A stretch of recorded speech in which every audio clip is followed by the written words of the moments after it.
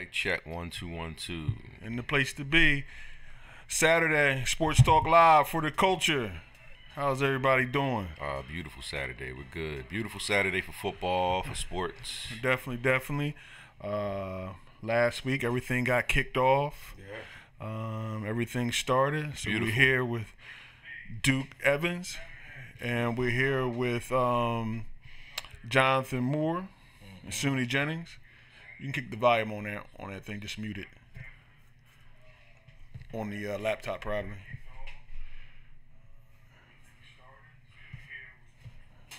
Definitely. And the place to be. So what it looks like right now, we're going to kick off. We're going to talk a little bit about the NFL. Great week of football. NFL got kicked off last week. The number one thing is, from what I noticed from the games I watched all the games down here in the ranch. You know, we got all the games as we set it off. A little rusty. Oh yeah, rusty. Gonna get that. Definitely. WD-40. Definitely rust in the building. Defense, was always ahead of the offense. But yeah, there was a lot of rust. That's what you guys saw. Yeah. You saw the games you saw. Yeah. Rust. You know, they talk about it carries over to the preseason carries over. These guys don't play a lot during preseason. They worried about the health and getting hurt. So this first week or two, this is probably what you're going to get. And is it moving towards where the first couple of weeks of September is almost like preseason almost? Like when you start those first two games, everybody is like haven't played together. Except Belichick, he played everybody for a long time. Belichick, since we don't practice, we got to play, even with Tom Brady. So, the Patriots come out on top.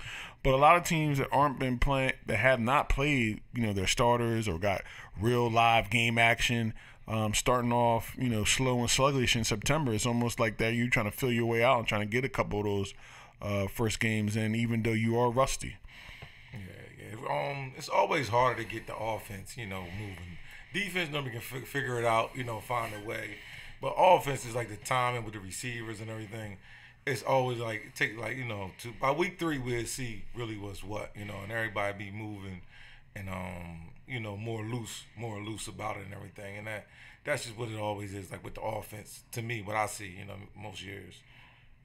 Yeah, definitely, because with the practice time is cut short too. Oh yeah. Like you only can practice so much, you only can do so much. People are scared of injury, but you gotta go out there and play. And I think, scared money don't make money. I think you gotta look at it as far as me. You gotta strategize with your first two games. If you look at the Cowboys, they have two games. Conference games and a division game. First game's out. Mm-hmm. You slow and sluggish and lose those two early. That puts you behind the 8 ball, trying to make the tiebreakers and things along those lines. Which for definitely conference. So I think you got to play more, a little practice more. You can't worry about it. But people say, hey, if you lose a star player in the preseason without when it doesn't matter, how would you feel?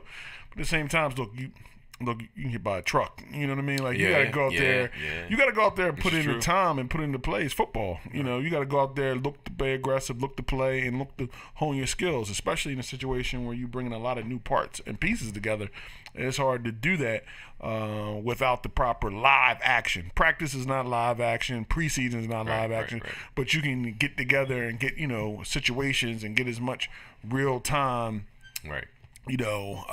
Plays and real game time situations. It'll be interesting to see how they move forward. One of the things I want to jump into, I thought was a very interesting game, the Sunday night game, Green Bay versus Chicago. Khalil Mack had one of the first half defensive performances of generation. He was like combination LT, Dion, picking stuff off, taking it to the house, sacking, forcing fumbles, the whole 9 yards. He looked every bit worth that contract that he got. Difference maker. Yeah. How many difference makers are you going to get on the field and that'll be able to game changers? You need as many game changers at every level on defense. Line, linebacker, safety. And Khalil Mack showed hey, look, I'm here to win. I'm here to make a difference. I mean, they Chicago in that first half was just incredible. And his a sack, forced fumble, interception, defensive touchdown, all in the first minute, and he ain't in shape. Right. He ain't really got his game legs yet. I mean, he's been sitting out. He hasn't been doing football stuff. You know what I mean? He didn't play that many snaps, going forward. But he definitely had an impact on that game. And Chicago looked innovative on offense. But you want to talk about another performance in that game by Aaron Rodgers. The second half performance, basically almost on one leg with his knee. He was, and they gave him some, they gave him some. If you saw the post game interview, they gave him a little happy pills. Like, that comes with it. That comes with the territory. That comes that performance he gave. You caught it off. You think, here you go again. And we talked about this on the show before. I had mentioned the Aaron Rodgers, the Big Bens, the Romos, the playmaking quarterbacks, as they get in age, that usually when it's their natural instinct, when it's D'd up, let me make something happen. Right. Not throw the ball away, right. Like whatever, take the check down. He's like, nah. It's a gift and a curse. It's like, let me make something happen. Yeah. And he's a playmaker. And as you get older, you just can't get away from these cats like you used to. I mean, and Ben didn't practice this week too. Like he didn't practice this week too. Elbow. So it's definitely a situation where you have, like you said, it's a gift and a curse. I'm a playmaker. I want to extend the play. You live with them and you die with them. And does that stem a lot, you think, from who they put around Aaron Rodgers? Like, his wide receiver cores are good. I mean, they're solid. Yeah. They've been a lot of first round pick. I mean, they got the tight end. They played on Seattle and played Jimmy Graham, who played on the Saints, and they got him. But it seems to be like he's buys time to give these guys a chance to make a play and get in sync with them. He doesn't have maybe that flat out stud that you say, look, right. Let me just put it up there. Right. He'll go get it. Yeah. Rodgers is he's one of the great ones. Athletically is not even close, in terms of pocket passer, runner, throws. He has all the intangibles. But the stuff that we talked about, these quarterbacks, the stuff that they do, you can't duplicate some things. Like, you don't practice these things; they happen. That's why they get paid the money. You sacked, right? Yeah. Defensive end comes, the line, you end up getting out of there. Nobody's teaching you that. Nobody. That's your God-given ability. Yeah. And you can feel the pressure. Like you can sense it, and you develop a rapport with your receivers. Like, your receivers go to look, okay, this situation, he rolling right. Even though I'm on the backside, you may want that receiver to come back to you, but when you got an arm like Aaron Rodgers, he's like, no, keep going. It doesn't matter what you do, But it's equally as important, though, as the receivers are equally as important. The reason being is because, guess what? The play is designed to run a route, all right? The route's not there. Now what? Yeah. What do you do? Are you running left? Do you keep going deep? Do you come back? Do you, so I credit those guys, too, because if initially if it's not there, you still have to get open. Yeah, definitely. Yeah, if you gotta you gotta avoid your guy, shake your guy, and keep running, not quit on a play. Right. Like, a lot of times you just go flat foot. I'm not open. It's not for me. But you got to run every play like it's meant for you, even though it may not be. It may end up being, coming back to you. Right. And I think when you got a quarterback like Aaron Rodgers, like that, like a playmaker, it kind of inspires you to keep going, because you never know. Like, this could end up coming back to me. Right. Like, even though we got a whole plan, to roll right, do this, hit this. Now I'm back on the left side, lollygagging. When that could be a big play. Like, that didn't work over here on the right side, but I'm gonna go back left, go deep, and see what it's hitting for. It happens all the time. I mean, and that's the thing. I think you saw his will, his determination. He felt some pressure. He just signed the contract, and then you're out again. Like, you mean you're missing all this time. But it'll be interesting to see if he plays against the Vikings this weekend. Oh, he got to play. Another big divisional game. Early. Trying to set the tone for the season. You play those division games early. Sets the tone for the season. Somebody may be trying to be catch up, or somebody trying to say, okay, we got this win over the Vikes. When we meet again, we can win the second game and be like, hey, we got this, the tiebreak and everything. The same way with the Vikings, if they could beat the Packers. You beat them twice in the same conference. Yeah, you'll step up. Yeah, definitely. And interesting thing, and when you're looking around the league, with the NFL and how things played out, some surprises. That Tampa Bay Saints game, though, 48-40. Most points on opening day. I didn't see that coming. No, I don't think anybody did. I mean, nobody said, Rob, did you see that coming, man? I don't even think There's always one game that gets the book in and play, and that was the game that where the book made all the money. Absolutely. Like, it definitely. Now, does that do anything with Winston, or are we just saying that was just a game? I mean, I've heard that if he plays well, he may stay in. I mean, Winston, one place where you definitely cannot have uncertainty and you definitely cannot have knuckledom is at your starting quarterback in a professional. There's only 1 of 32 positions. Yeah. You touch the ball on every offensive play. Mm-hmm. As we always said, you're part management.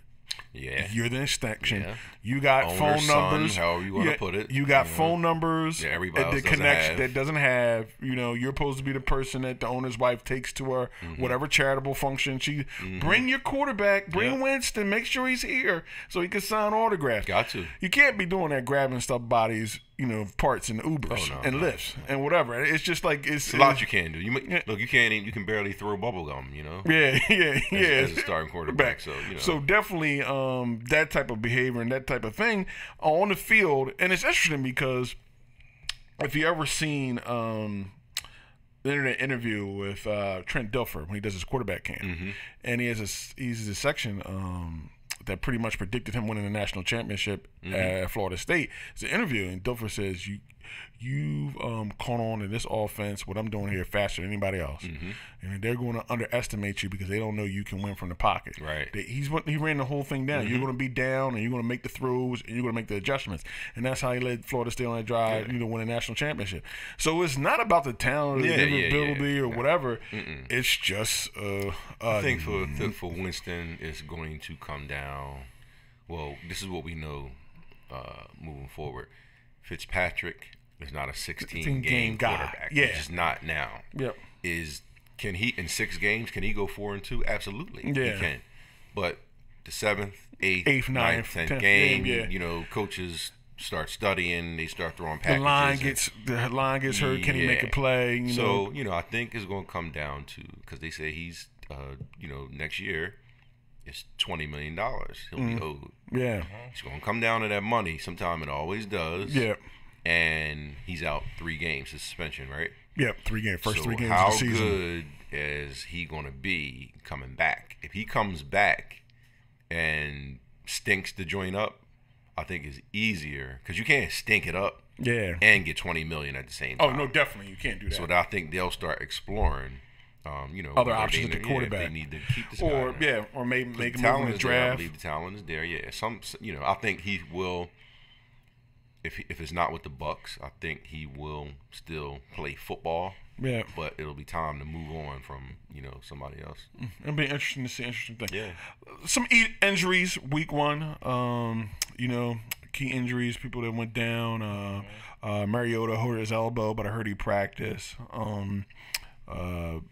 North Carolina Panthers lost their tight end again. Ooh. I mean, the same injury. His foot. Right? Olsen. He hurt his foot again. He broke his foot. Yeah. Olsen might be damaged goods, man. Yeah. I mean, it's hard to play. It looked innocuous when you're watching it. It's kind of like he was running for a route and stepped on the D-back for the Cowboys' the same foot he's been having trouble with? Yeah, the right foot. He might be. Yeah. I mean, definitely. The Texans lost an offensive tackle, a right tackle. That could be key. That Bill O'Brien said is significant. The running back for the Jaguars, Fournette, got dinged up. I mean, it starts early. It becomes a game of attrition. Who can recover, who can just keep it going. And I think this is where the coaching comes in, part of it. People lose injuries. I think the Eagles did a great job with this last year. You're going to lose players, and the players that come in behind them aren't going to be as good but how can you scheme for their abilities of the replacements?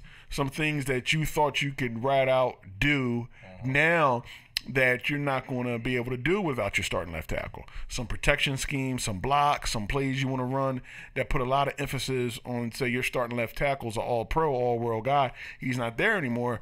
What can we do to change this? What can, protection we can give?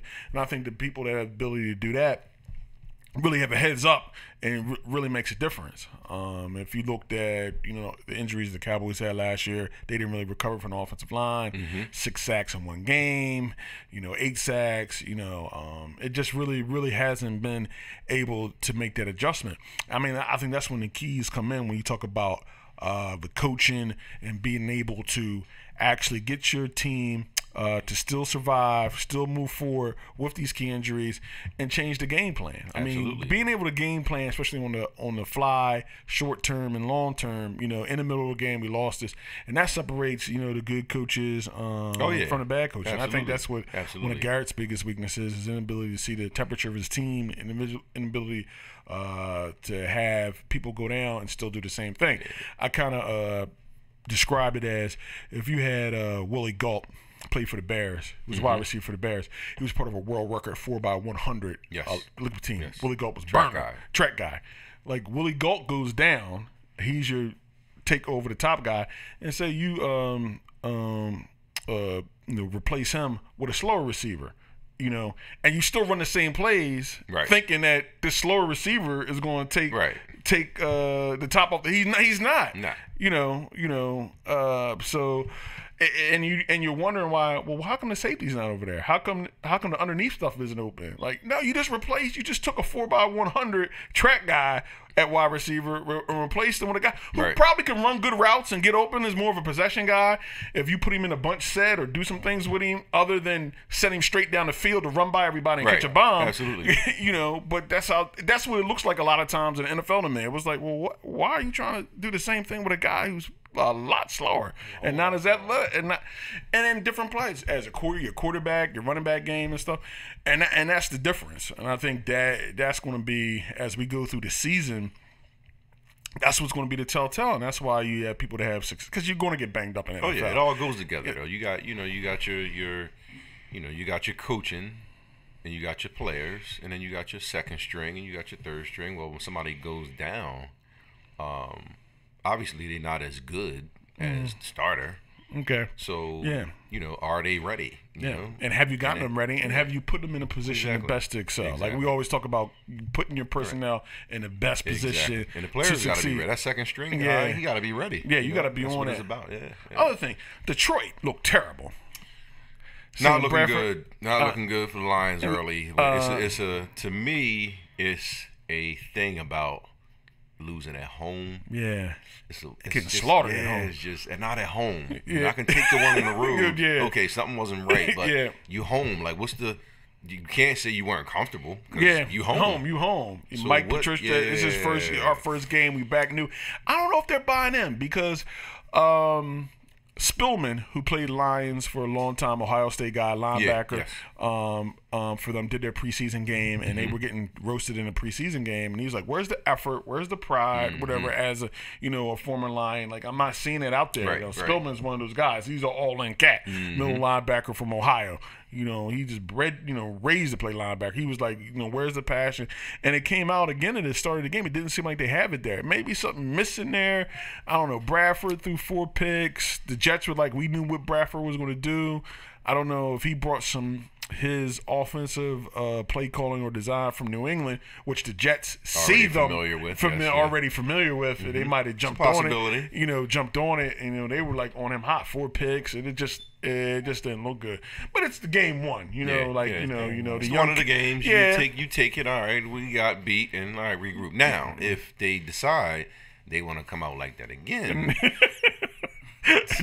When you start to more of a trend, that's when you start scratching your head, and that pink slip gets closer. And I think what kills them is when you're home, that energy. Like the crowd was like, "We got a new coach. It's a new beginning. This is our year." And the NFL is the league of hope. You know that everybody, Eagles went from last place to winning the Super Bowl. So you never know. Divisions flip all the time. All the time. So we got that hope. All right, we start. Okay, we got a pick six. Okay, we back.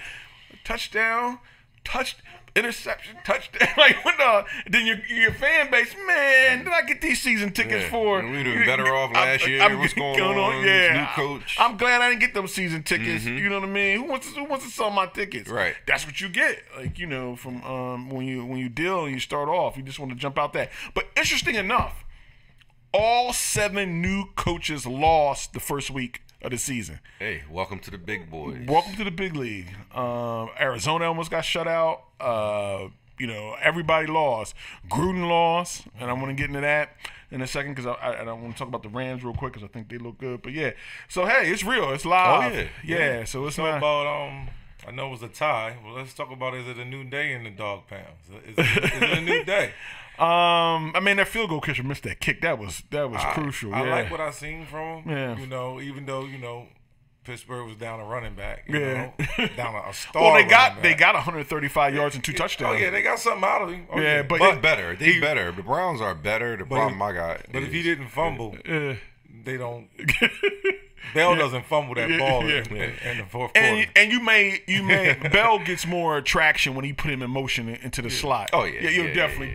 Bell's a threat to go in motion out of the backfield and score a touchdown on the catch. Yeah, but Bell might have actually had less yards than what that guy had because Bell would have been getting doubled sometimes. He'd have been getting eyed. Nobody's going to double this guy. With him, he's one of those guys. He's so great that you got a plan for him. And Antonio Brown and the passing game just opens up. Right. Juju played different. He played different. You played different. Got to worry about a guy. But as far as the Browns, they are watchable.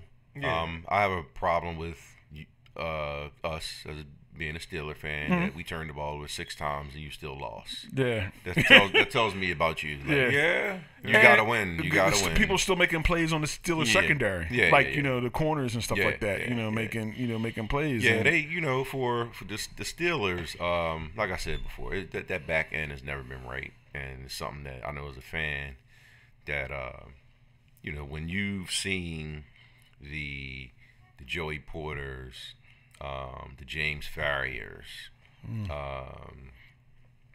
James Harrisons. When you see those guys, it's like that's what Chad Brown. Yeah.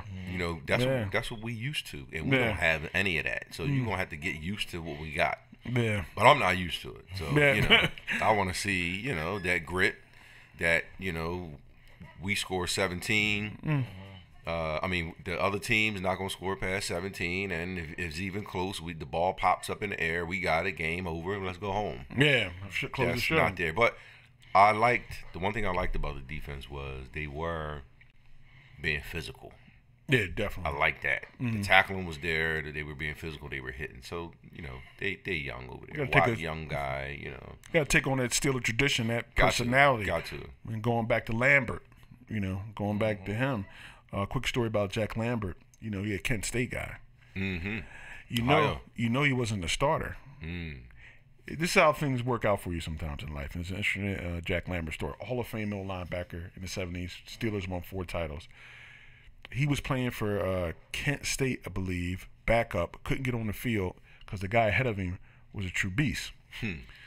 The guy ahead of him was in school, went to college, and said, Belgic told the story. The guy ahead of Jack Lambert said, you know what? I'm playing ball, I'm on in. I got a chance to be head of security for the Rolling Stones on going on concerts.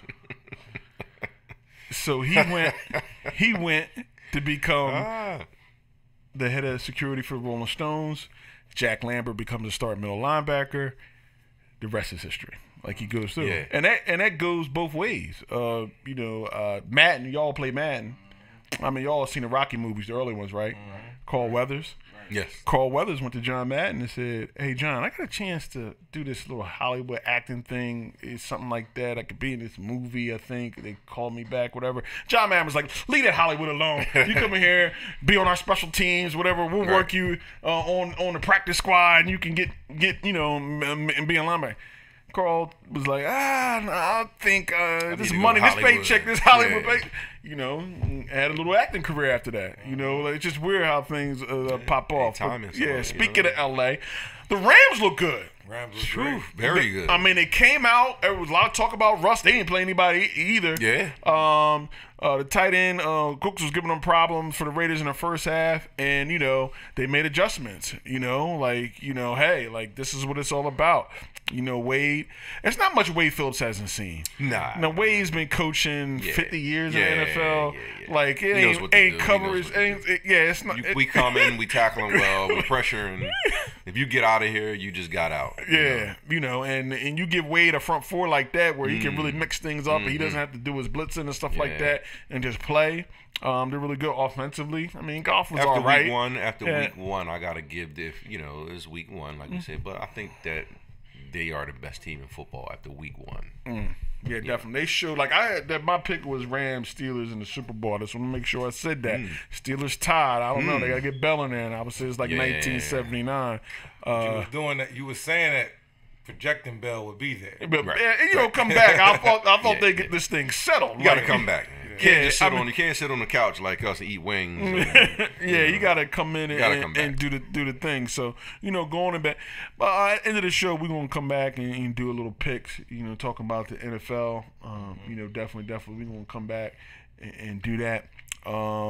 Let's jump into a little boxing match. Oh, yeah. A little boxing match. Well, first we'll talk about last week. We had Porter versus Garcia. Oh, yeah. Porter versus Garcia. Good fight. Good fight. Porter took the decision. Oh, yeah. I had no problem with it. Yeah. I mean, he's going to outwork you. I mean, he's going to throw a lot of more punches. It may be close, but his work, the work and effort that he puts in means something to the judges. Just on the eye. Just the eye test. And if you've seen it, somebody talked him in that he was the better boxer. Like I hate when these brawlers and just fighters think that they can box. And he tried to do that for the first couple rounds. And then he came to his senses. He said, listen, it's not my game. Let me get back to what I need to get back to. Not going to work. So he started doubling up the jab, blitzing him. And blitzing, getting in close. And, look, we're going to rough out, we're going to throw, we're going to tangle. Pushing, holding. I'm strong. I'm be inside your strength. I'm going to smother you. I'm going to be inside. I'm going to lean on you. I'm going to lay on you. I'm almost like a wrestler. You got away from the game plan. Yeah. Because you was playing right into... You was playing right into Garcia's hand, being patient. That's Garcia game. Right, And let me pick my shots. I'm going to land more accurate punches than you. Because I'm a better puncher. I'm more accurate, Right. But I got to turn this thing into just an old-fashioned Donnybrook. As they say, like, look, we're going to get this thing on. We're going to throw. It was very entertaining. Let's do it. Errol Spence came in the ring. Yeah. Errol Spence came in the ring. So Errol Spence said, hey, let's get this on. Porter seemed more welcome to oblige him. So I like to see the young fighters fight each other, especially the welterweight division. I don't think Porter want to do that just yet. Hey, look, you got to make that. We got to strike where the iron's hot. When you hot. You got to go look. It's a dollar amount that comes with it. Yeah. But it's different once you become the two-time champion. You get back at it. You want to keep that belt a little long. Nah. Just got it back. Look, I want that payday. It's going to be there. Money make you do some things. But Porter's not that name because I think like people don't like you going Porter. People, I don't know Porter. Yeah, Porter, who? Like the boxing fans know, right? Yeah. But that secondary and tertiary fan and market or whatever, it's not a household name, right? So he's got to fight. He's got to his fight. Look, Earl Spence, people talking about that. We can hype that up. Definitely. Let's get it on. I want to see it. Let's cut the small talk. Yeah. Let's get it on. Let's do this. Definitely. But tonight, at the ranch, as we always do, Triple G versus Canelo. Yes. Canelo versus Canelo. Part 2. Yes. I've been on record. I'm pulling for Triple G, and I hope he closes the show. Triple G has the backing of the Mexican meat industry, who Canelo threw under the bus. They're backing him like their meat is full of steroids or whatever. Olé! So he definitely has the backing of the meat industry in Mexico to pull this off. You see the weigh-in, Jonathan? Yeah. No, I didn't catch the weigh-in. The weigh-in, they haven't really done the pose yet. The first time they'll do the pose, they will, and when they do the stare down, with the ring, they did not go out together to promote the fight. They haven't really been together. Now, during the weigh-in, they didn't do that. Canelo ran over and put his, chest, his forehead on Triple G's forehead. But and then they never got the picture because the corners got how the secondary dudes like everybody's whatever. But to me, it seemed like why would Canelo do that? It's like what are you trying to say? Like, well, now I'm trying to say a lot now. I'm trying to say a lot now. An empty wagon makes the most noise. The loudest man in the room is the weakest man in the room. And that's not always true. That's just what the person that doesn't is not like arrogant and is not like social say. It's out of character. Yeah, it's out of character. It's out of character, but now it's out of character for a reason. You trying to come against my character, right? Well, right. Now this is personal. Nah, it wasn't steroid. I wasn't on steroid. I didn't mean to do that. Twice instead of you. He didn't mean to do it 2 times. It was still in him. It was still in him. It was like poop. It's poop. Walk like a duck, quack like a duck. Yeah. So now we're gonna get personal. No, I'm not. Well, Triple G is personal. His trainer said this is the best Triple G has ever. He said this is the sharpest he's at. He's at a point where he needs to get with Canelo and knock him out. He's saying it's a public service. He said he's going to do boxing a public service with Canelo and the people that support him and their cheating ways. That's what he's saying. He said that's what Triple G said. It's going to be done in 8. It's not going past 8. So you got Canelo in 8. Canelo in 8. And Canelo going to come here and fight? Canelo going to He going to hug? You ain't going to be out of breath? Canelo going to roll him, man. Canelo going to roll him? Canelo going to roll him. Triple G. What are you based on the... Triple G could be 45. Who knows? But what are you basing it on? I'm basing it on Canelo's skill, Canelo's speed, Canelo's strength, Canelo's power. We know Triple G is the harder puncher, but we haven't seen that. But with that speed and power, I believe Canelo is more. It's hard to say. It's like Canelo's almost a harder puncher with the speed and power together. We know if Triple G hits you, it's gonna hurt. But blase. But Canelo is more sharper, more accurate. I think that's going to show up this fight. Canelo knows what he's getting into. He see that Triple G is not the smothering Triple G that Oscar feared Canelo getting in the ring with for the past 4 years. He see that that's not him anymore. He's not going to smother me. I ran out of gas. He couldn't even take advantage of it. If this was vice versa, if Triple G would have ran out of gas, I would have rolled him. If Triple G would have laid on them ropes, I would have destroyed him. I don't know. Canelo didn't really seem like he wanted to dance. Well, he didn't have the energy. Every time he got the energy, he did a little something in the middle. So why did he have the energy though? He's a younger guy. Like that's the whole thing about me. I think it might have been the cameras. It might have been everything. He might have been exhausted. The whole situation. He didn't do good against Mayweather. Did he overtrain? He could have. He didn't do good against Mayweather at all. He did the worst of his career. I feel against Mayweather. All right. Well, guess what? Is he not ready for prime time? Hey. He's ready now. Big lights, bright lights. Well, guess what? He get the replay. Tonight, we going to find out. He get the replay. We going to find out tonight. Triple G is coming in here on a crusade. I think like to save boxing, from, the tainted tests, everything like that. Yeah. Everything that's going on. And I was fully in thought, Triple G would win the first one. Because I didn't believe Canelo was ready. Then I said, all right, well, Canelo gets him now. He's already done it. But then when I heard all the positive tests and what's going on, I'm like, did he move to the new undetected steroid now? Is he changing it up? Like what's going on? You can't hide the clear anymore. Yeah, and it just, I don't know. A lot of times you see some stuff that is for hype, the hype to fight out, whatever.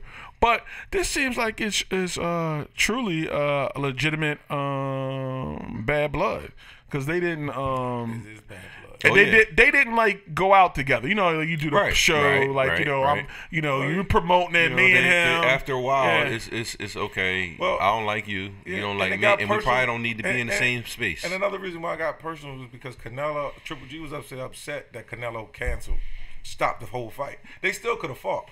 Canelo said, nah, it's not going to happen.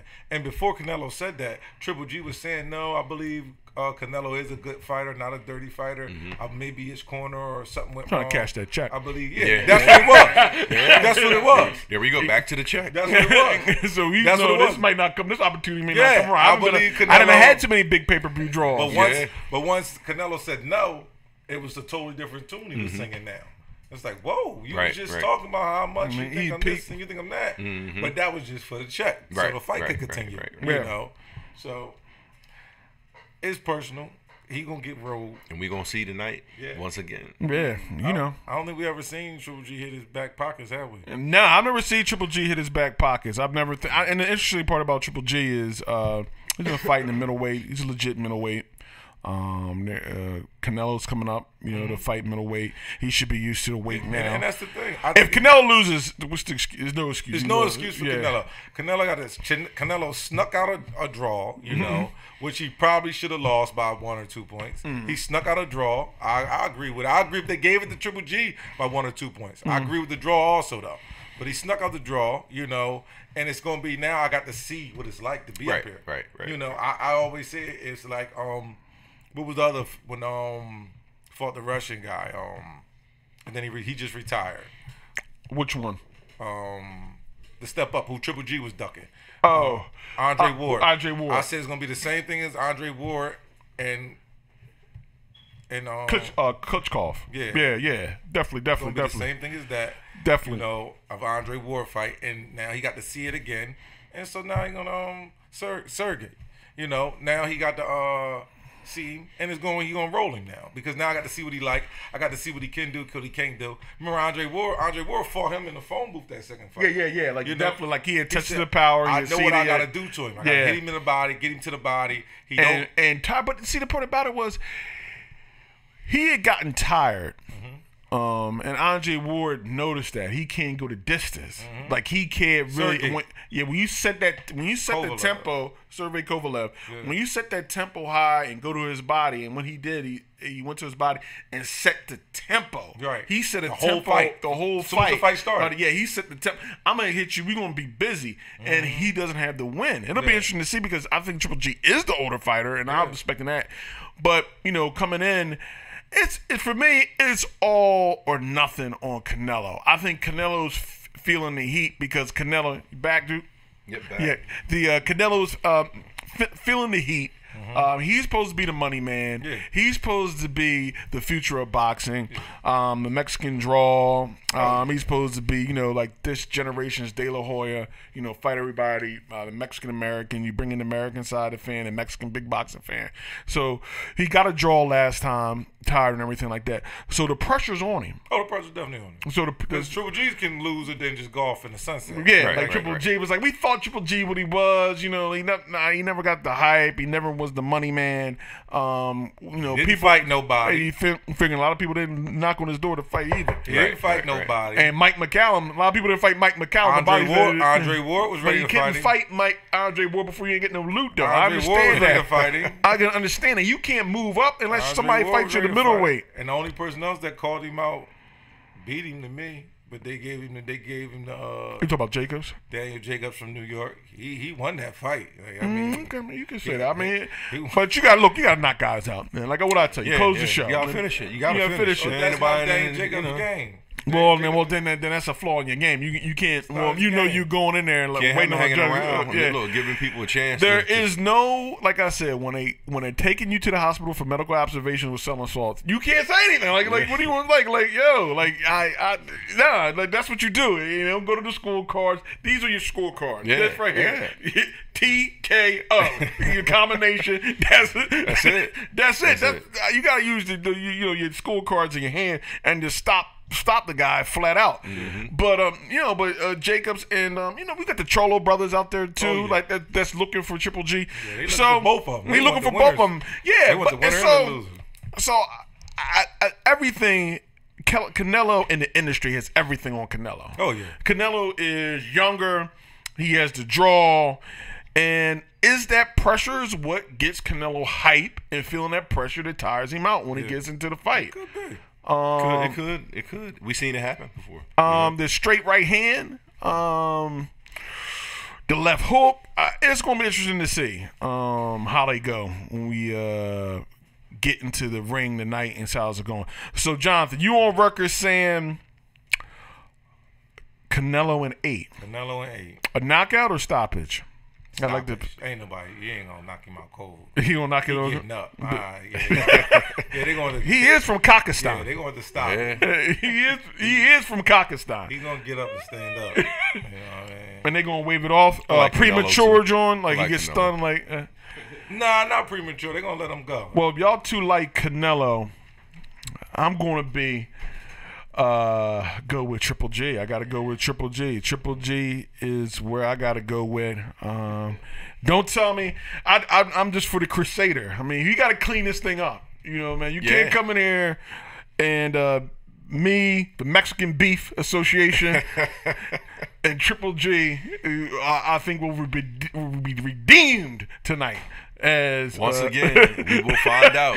Triple G gets the victory, and he may put this boy on his back. Give me what kind of round you got? I'm thinking Canelo starts to tire. He's not doing well. He panics. 9th or 10th. 9th or 10th. 9th or 10th. Put down. Put down. Or his corner might say, "Hey, not the white flag. We got a lot more left in this young man. So let me go." That's what I think is going to happen. I mean, could be wrong, of course, whatever. Definitely. Yeah, we're going to take a quick break. We're going to jump right back into a quick segment. We're going to get to some football picks, and also want to talk about Serena Williams. Double standard for men or women when aggression and people snap out. We talk about the GOAT. She lost. The other girl was fought. We've seen some snappage in the history of sports now. Yeah, so it's I mean, not the first. Women and men look at differently. It's a different thing when women get aggressive and start yelling and everything. It's part of course in dudes' world. There's no big deal, whatever. Right. But we know tennis is a country club sport, whatever, and it's a little different things like that. But there's been other guys in the past. So we're going to jump to a quick break, and we'll be back, and we're going to jump in to that before we get out of here. All right, peace.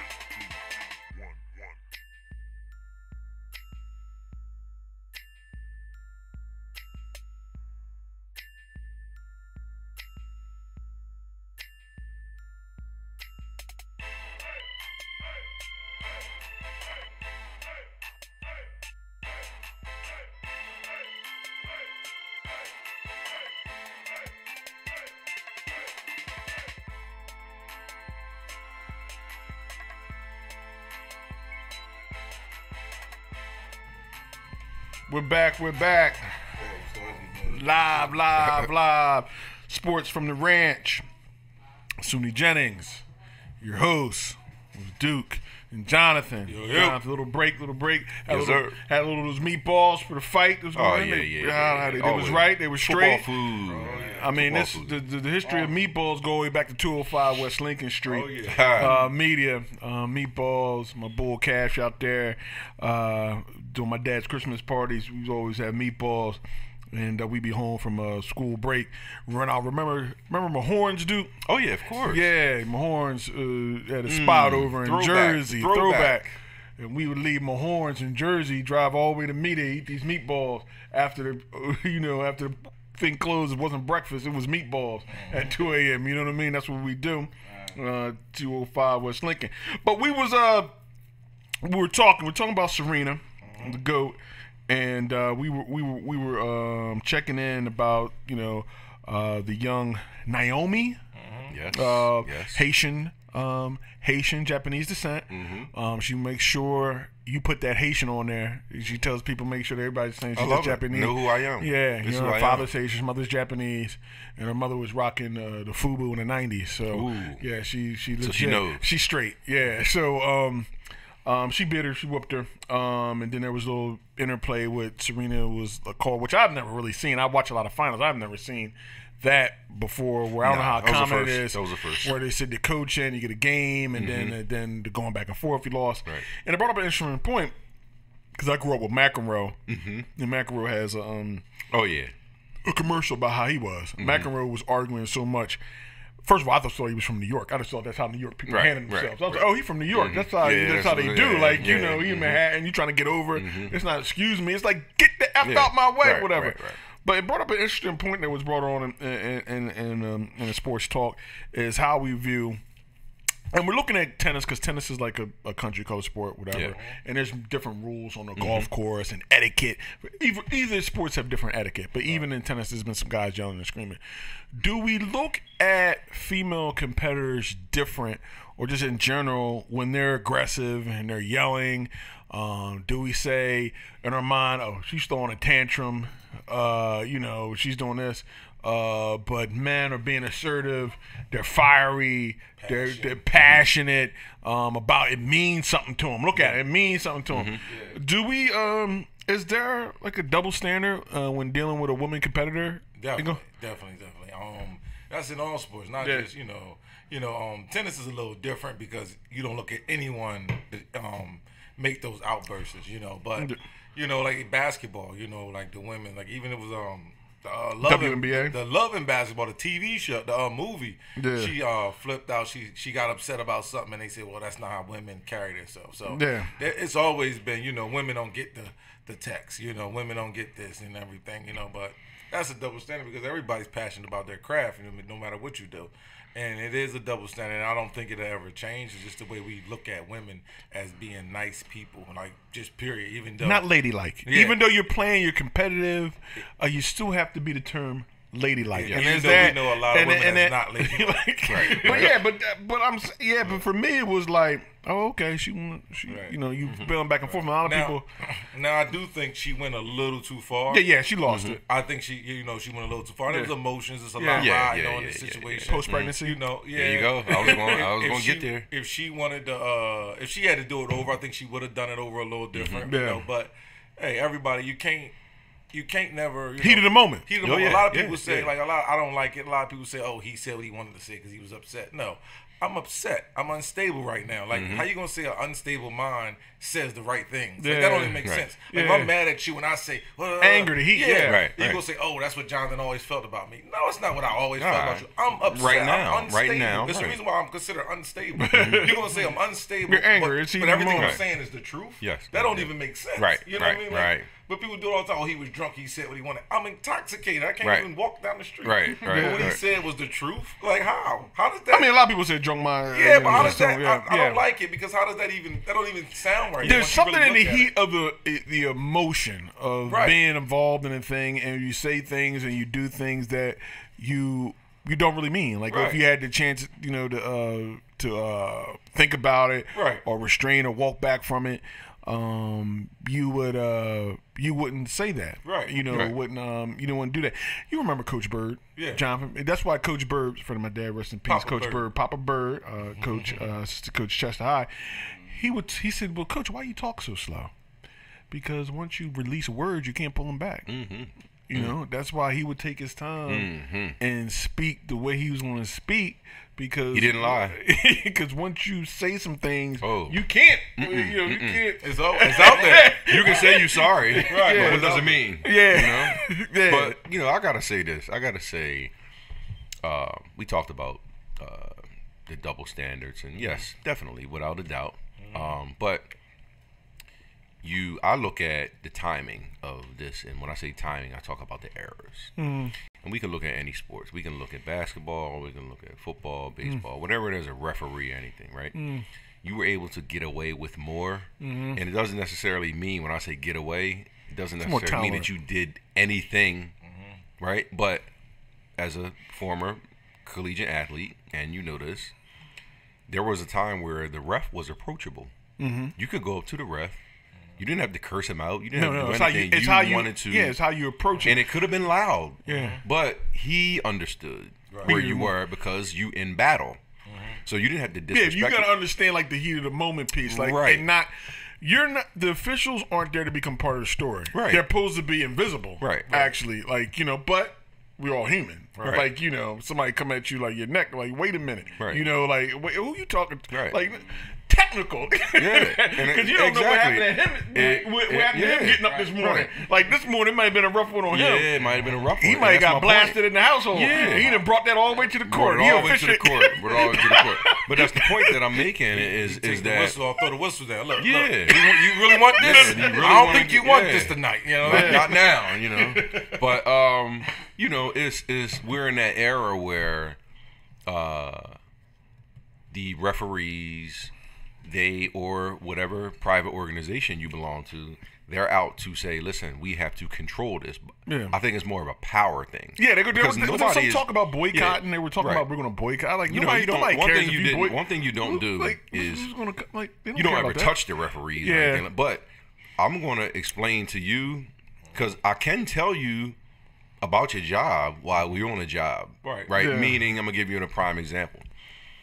You have certain referees that say basketball, right? Yeah. On the baseline, the ball goes out of bounds. Yeah. All right. The referee that's at the top of the key is not supposed to make that call. Yeah.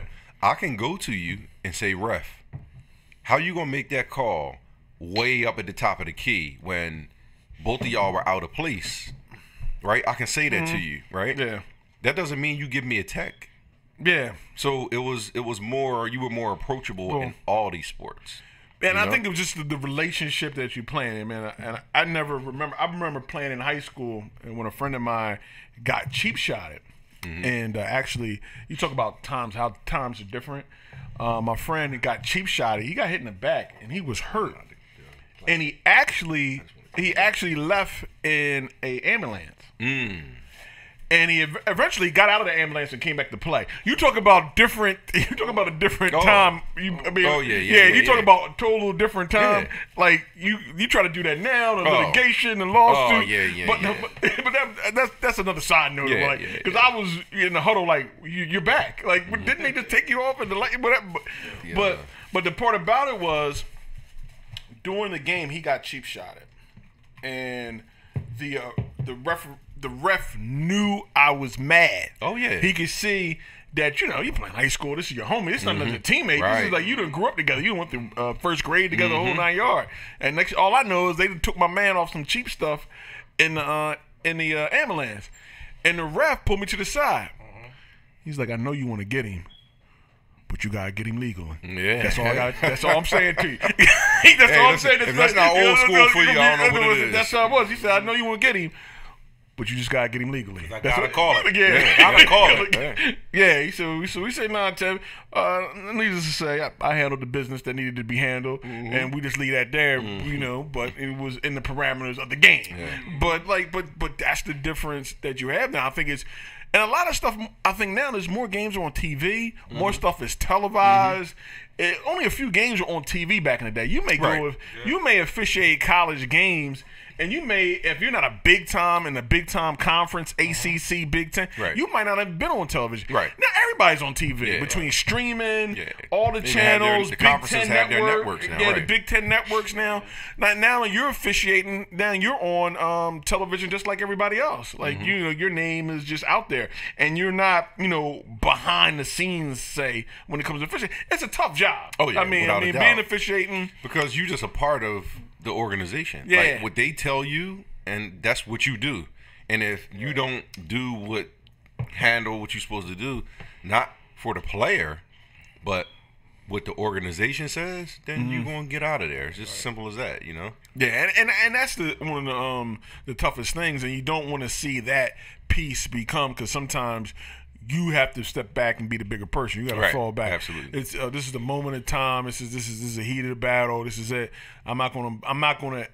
As I say to my techs on the job, we're here to bring light, not heat. Right. Like we're not trying to bring more heat to a situation. We're trying to bring light. Right. And I just want to add this. I want to add this as far as we're talking about professional, and let's stay with Serena for a second.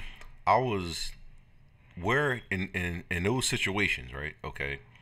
Now, we established whether, the ref was right, she was right, wrong, whatever the case, where is the coach? Where is somebody? Because at that point in time, she needed somebody to say, come here. Well, yeah, but a lot of times you can't communicate on the tennis. You can't communicate. But that's what I'm saying. Yeah. That's what I'm saying. It's supposed to be somebody. The individual, Yeah, because, listen, things can get out of hand under the circumstances. Yeah. Listen, if that was a man, and I'm not saying that women can't do certain things, but he could have got snatched out. We don't know. Yeah. Somebody could have pulled him down. Or if that was a man, maybe he would have acted different. Yeah. He made all of this composure because it was a woman talking to him like that. Yeah. You'll take a little more from a woman. Oh yeah, without a doubt. Without a doubt. But it could have got bad. Yeah. What's up, Fred? Frederick Farrell's in the building. Frederick, what's happening, what's man? up, Fred? Ernest Dupree, Cowboy Nation. Ernie, teammate, Academy Park High School, which is undefeated. We just put that thing undefeated. on. Academy Park just put that thing on. Grats coming to the fight tonight, Fred. Fred will be in the house. You be in the building, Fred. Fred's gonna be in the building. You know how we do at the ranch. You know how the traditions. Fight night. That's how we get it done. No doubt. But yeah, so when you're in those things, and I think they just and it doesn't happen too often. I mean, it's not like something goes back and forth. It wasn't like back in the days of Miracle. He was cussing somebody out every week. Like it was like back in the day, and it was okay. It was just like okay, this guy's the crazy man, and Connors too, Jimmy Connors. And they said the officiating was bad back in the day. Yeah, right? It was terrible. It was terrible. So you go that route.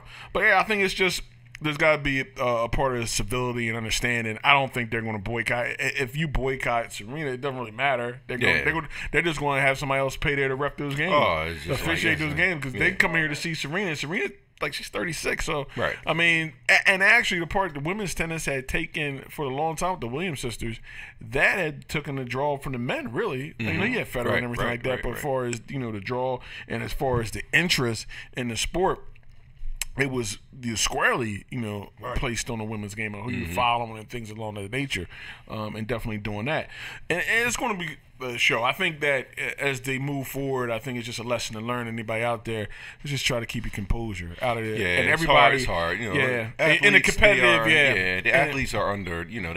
We don't. The adrenaline. Yeah, and people outside of sports who have never played a sport, they don't understand the sacrifice. No, they don't understand the sacrifice. They don't know the heat of the moment. Yeah, like you in give up. competition. You are a selfish person because you have to be right. That means those hours, those working out. Like, listen, you can have kids, you can have a family. It doesn't even matter what it is. Guess what? You have to be selfish even to them. You know what I mean? Yeah. Because of what. So when things get. And you notice as a great athlete, you have to be selfish. So when things don't happen the way they're supposed to, and you get that burst, that's what comes out.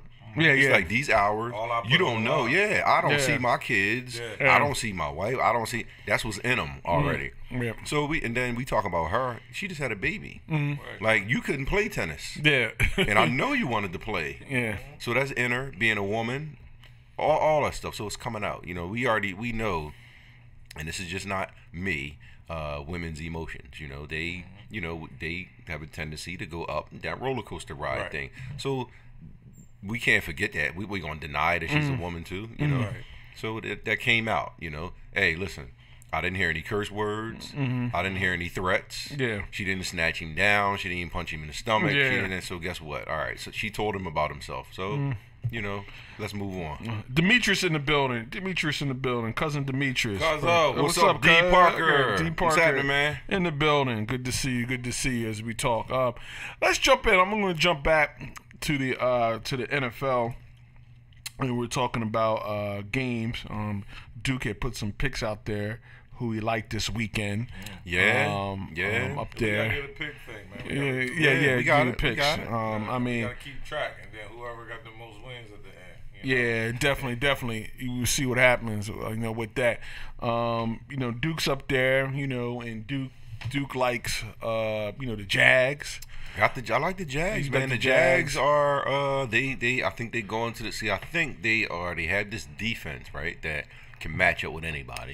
And you're not just saying outright. This covers the spread. I don't. What is the spread? What was the line? I thought. It was two.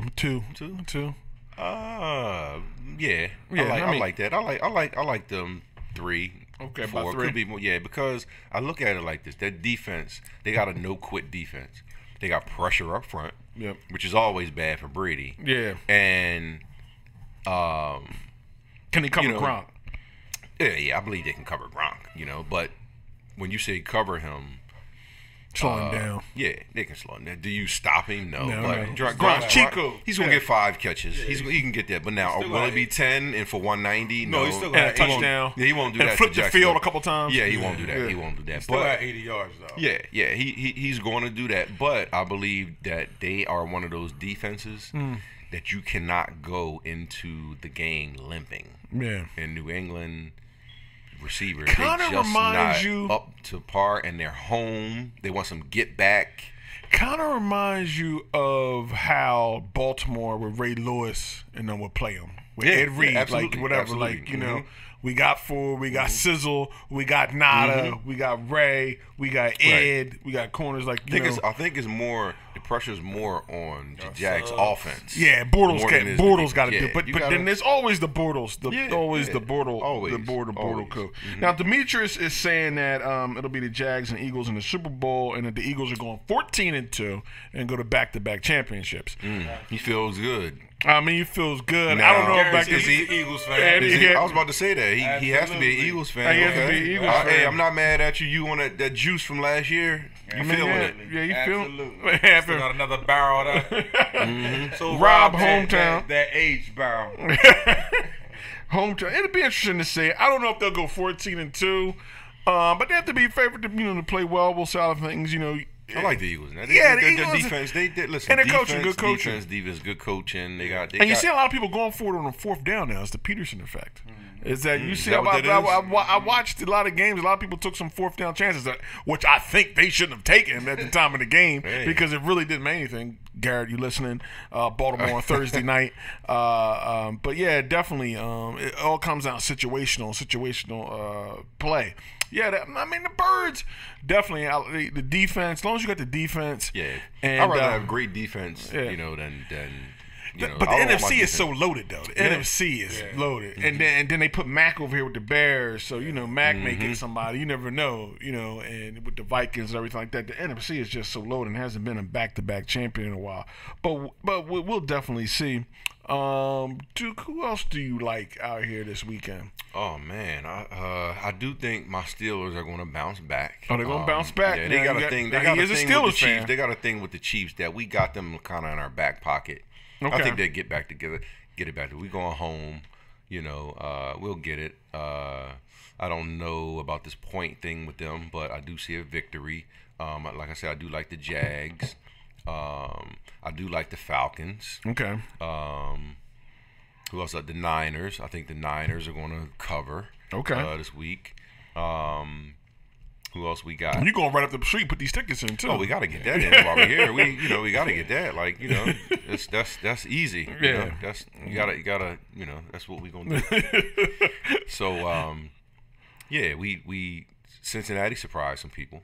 Definitely. I didn't think Thursday we were night. Get out of there. I thought Baltimore was going to get them, not by blowout, but maybe 3 or 4. But they had their chance. Flacco could make a play. I mean, the Eagles get out of there. I think the Eagles got out. I think it's going to be a tight thing first half. Their defense should be able to turn the Eagles going to suffocate. They suffocate you on defense. They'll get at Fitzpatrick. They'll blitz him. How's Jackson, Deshaun Jackson? He was a little on the injured list. He's going to be ready to play. He averages 22 yards a catch per against the Eagles. The Eagles won't have to worry about him. They won't have to worry about him going deep because they're coming. Yeah. And you know it. Yeah. So I think as far as them preparing for the Eagles, it's going to be okay. We need to get the ball out quick. So I don't see Jackson being a very big play guy in this game because you got to hold that ball to get deep. And the Eagles are coming. That's the one thing they coming after you. Well, that cross pattern is that slant. But that slant and go can be a slant and go. But I'm gonna tell you, as a guy, Eagles are susceptible. The corners. If Jackson hit him with that slant and go, but the thing is, you might not have the ball long enough to get a slant and go. Well, but I'm gonna tell you, goes 2 seconds. That's right off the ball. That's I don't know if he can throw that ball like that. That's what I'm saying. It's not A-Rod. It's not Aaron out there. Right. If he hit Aaron can do that. Now, I'm gonna tell you. Throw that joint up there. He got a big arm. Yeah, he got a big arm. That's his game. Now, what I'm gonna tell you is this: it's a guy on the other side of the ball. Well, on the offensive side of the ball for the Bucks. Nobody talks about, and I'm surprised, and his name is Mike Evans. Oh, Mike Evans, no big relation. Receiver, yeah. But let me tell you something. I give up a lot of dudes on my team to get him. He was because he got it. The man out of Texas A&M. Everybody thought it was Johnny Football. He got it. But he gave Johnny Football. He gave Johnny Football that big target. We went around and get that. He turned out to be the pro out of him. 6'5". Yeah, like physical wingspan. Physical. He runs and a great big coach, catches, and a big catching radius. Big catching radius. So listen, if you decide that fully covered. Yeah. If you decide he's one of those guys that you can't stop him. So it's about more of you need to get to the quarterback in order to stop him because if there's time listen, that guy got the tools. Oh yeah. He got it all. Definitely. I mean, he's definitely. I wonder how many people took him in fantasy. Because he is definitely one of my fans. He got picked up because now a lot of people going to 12 teams now. So okay. He definitely got picked up. Oh, definitely. I don't like that 12 teams though. Like it's tough. I mean, I won week one. Oh, you did?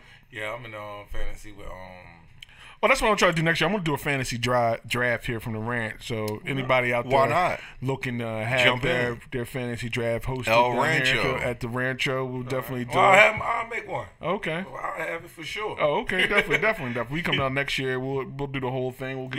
We'll get a podium. Are you getting in? I'll be commissioner. I think I need to be. I've been banned from fantasy. Just want to hear what's going on. My 30 for 30. You need about why I'm not in fantasy anymore. And my peoples is out there. Chris Clark, he's out there, man. He banned me back. I drafted Terrell Davis, which sent shockwaves through the league and put a bullseye on my back. You know? Like he's an undrafted free agent. And you picked him up. Like wow, we gotta get this guy out of here. So that's my side of the story. They may tell a different story of like that's what you live four or five running backs out there, but but that's the story that I'm definitely telling. But yeah, it seems like it's going to be a great week of football. Great week of football. Quick LSU Auburn, big game this year. Big game. Big game. Oh yeah. 3:30 LSU Auburn. Looks like that's going to be a tremendous battle. They're giving Auburn they're giving LSU plus 10. Plus 10. Wow, yeah. Really? LSU is because they're ranked 12 and Auburn is 5. Wow, and they're giving LSU 10 points. They're giving LSU the 10. Yeah, because they're 12. They're ranked 12. Wow. And when they got the youngest. Hey, listen, this is the SEC football. Yeah. I think it's because of that Miami game that Auburn pulled out, even though Well, LSU trashed Miami. Yeah, I think Miami, but they said it was more, more Miami not playing well than more of LSU playing good.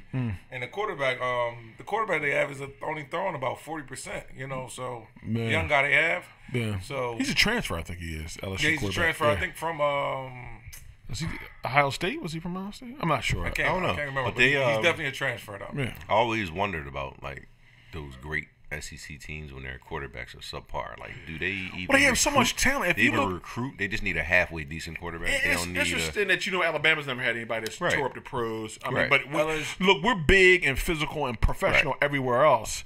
Look, this is don't make no mistake. We need a quarterback that's everybody else here is going to be in the league next year, and it definitely O-line, D-line, linebackers. But I think they figured the win in the if you look at Ohio State, you look at Alabama, you look at the ability to get the best 4 defensive linemen in the country over the quarterback, because how many guys in college right now can play quarterback in the NFL? Now I rush you with 4. 3 are going to be in the NFL. 3 are the best. And I got 2 first and second round corners, and I got safeties. Now that I make sure my linebackers, my safeties, and my D-line got 3 first round picks on it. Okay, you got a quarterback. Beat this. You can't. You don't have. You don't have the tools to beat my defense. The number one thing I want to make sure I can get pressure with my front 4 and do NFL stuff behind it. And now we can run the ball and smash mouth and grind you out and run over you, because they got like 4 or 5 games a year, because when you schedule, like we said before, Sweet Nectar State, you're gonna win that. Oh yeah. You're gonna beat Miami's gonna most likely beat Toledo this weekend. So it's only a certain amount of games. So when you got that front 4 when you got NFL pro ready front 4, and now I can sit back behind that with this guy who's not a pro quarterback, because it's not that many out there, you're gonna have a chance to win a lot of those games and win the big games. Right. And that's always been LSU. Like we were saying, gift and a curse. They never go grab the quarterback. They get they got all kind of players. They get everybody else. Landry, Odell, but their corners, their Peterson, the Honey Badger, defensive ends. Out there now. The tackles. Just turn the NFL on. Watch the game. Starting linemen. Starting linemen. Starting corner. LSU. Everybody, but they always get mediocre quarterbacks, and that's not. Well, they don't need them. They don't need them. You got to make a play. When you go up against Alabama, you got to be able to make a play. And when you look at when Alabama has lost, they lost to Johnny, they lost to Cam, Deshaun Watson, big game, Deshaun Watson. When they lose, they lose to those guys, to that guy. They can make a play. Big games, you gotta have a quarterback. I understand the defense and everything, but you just gotta have a quarterback. Like Winston, how Winston came alive. When he was in college, you gotta have a. You gotta have a big quarterback to make. You gotta have a good quarterback. Like absolutely. When Texas played USC, everybody thought USC was just gonna roll Vince Young. But Vince Young, USC didn't have a defense though. But Vince Young willed it. You know what I mean? It was high scoring. You got to be in the high scoring games, because you figure that was the whole thing at USC. They had really backed off, and then. Sanctions were coming, and that's when you get to the NFL. He knew the sanctions were coming before the season started. So that's play out so we can get the money. Definitely. Reggie Bush, he ain't been able to play. Wayne Bush, big brother. He a Rams fan. Rams looking good. Rams looking good. The Rams are looking good. We'll see how long, but they look good right now. They're looking good like that. Definitely the Rams. The Rams should be there. But look, fellas, we're going to get on out of here, because I got to get prepped for the night. We'll be Good here. Night. We'll be here. Boxing. Football in the morning. Definitely. Wings, meatball sandwiches, drinks. We got a little salmon fried rice. We doing all kind of things. I'm spending it early. I'm spending the night. You can't feed a stray cat. Make sure everything ain't gone. Stray cat ain't going nowhere. That's like we do. We gonna make sure it comes across really good. And for the record, I got Triple G. Jonathan, you got Canelo. Yeah. Duke, you going with Canelo? Canelo, yeah. I mean, Canelo's the pick. Like I said, me, my meat brothers, meat industry of Mexico. Something about that boop boop boop boop bop. You know, we going with Triple J for the redemption of the Mexican meat industry and boxing. But as always, Rob on the ones and twos. Thank you, man. Back there, Rob, hometown team. You know, back there. You know, post production, you do it all. You starting to become part of the team. Yeah, you know. What, 3 days? Hey, man. Move up. Yeah, definitely. But we out of here, and we'll talk to you next week. We'll give you a little post game coverage on what happened with the fight and everything. All right, people, be safe out there. Enjoy this weekend. Be safe. Great weekend. We out. Peace.